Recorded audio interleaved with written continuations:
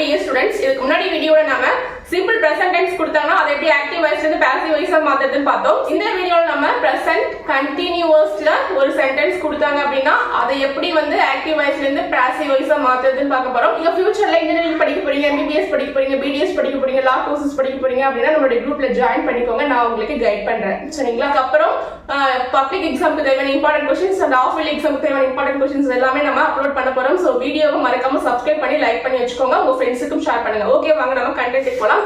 So இப்போ பாருங்க, present கண்டினியூவஸ்ல இருக்கு அப்படின்றது எப்படி செக் பண்றதுன்னு பாத்தீங்கன்னா அந்த சென்டென்ஸ்ல verb கூட ing வரும். சரிங்களா?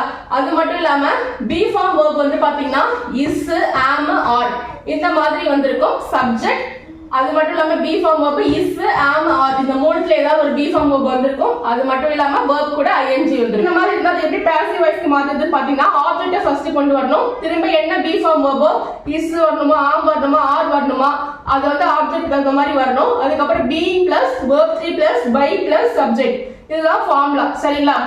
இப்போ ஒரு எக்ஸாம்பிள் சொல்றேன். he is reading a book. he ன்றது சப்ஜெக்ட், is ன்றது be form verb. சரிங்களா? is reading ன்றது verb, a book ன்றது ஆப்ஜெக்ட்.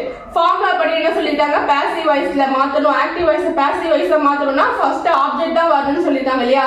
அப்ப a book ன்றது தான் ஆப்ஜெக்ட். அப்ப இத நான் ஃபர்ஸ்ட் கொண்டு வந்துட்டேன் a book. அதுக்கு அப்புறம் என்ன சொல்லிருக்காங்க? be form verb வரணும்னு சொல்லிருக்காங்க. is, am, are இந்த மாதிரி verb தான் வரணும். ஏன்னா இது வந்து present continuous. ஓகேங்களா? இதுக்கு வந்து பாருங்க are வந்து இதுக்கு சூட்டபிளா இருக்காது, am சூட்டபிளா இருக்காது. ஓகேவா? ப்ளூரல் ஃபார்ம்ல வந்தா நம்ம are போடுவோம்.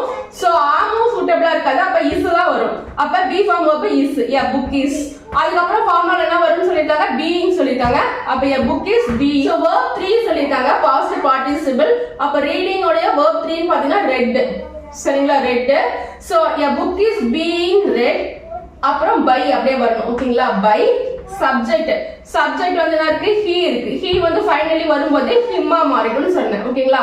யூஸ்ஃபுல்லா தான், மறக்காம சப்ஸ்கிரைப் பண்ணுங்க. Okay, bye. மீண்டும் அடுத்த ஒரு வீடியோட நான் உங்களை சந்திக்கிறேன்.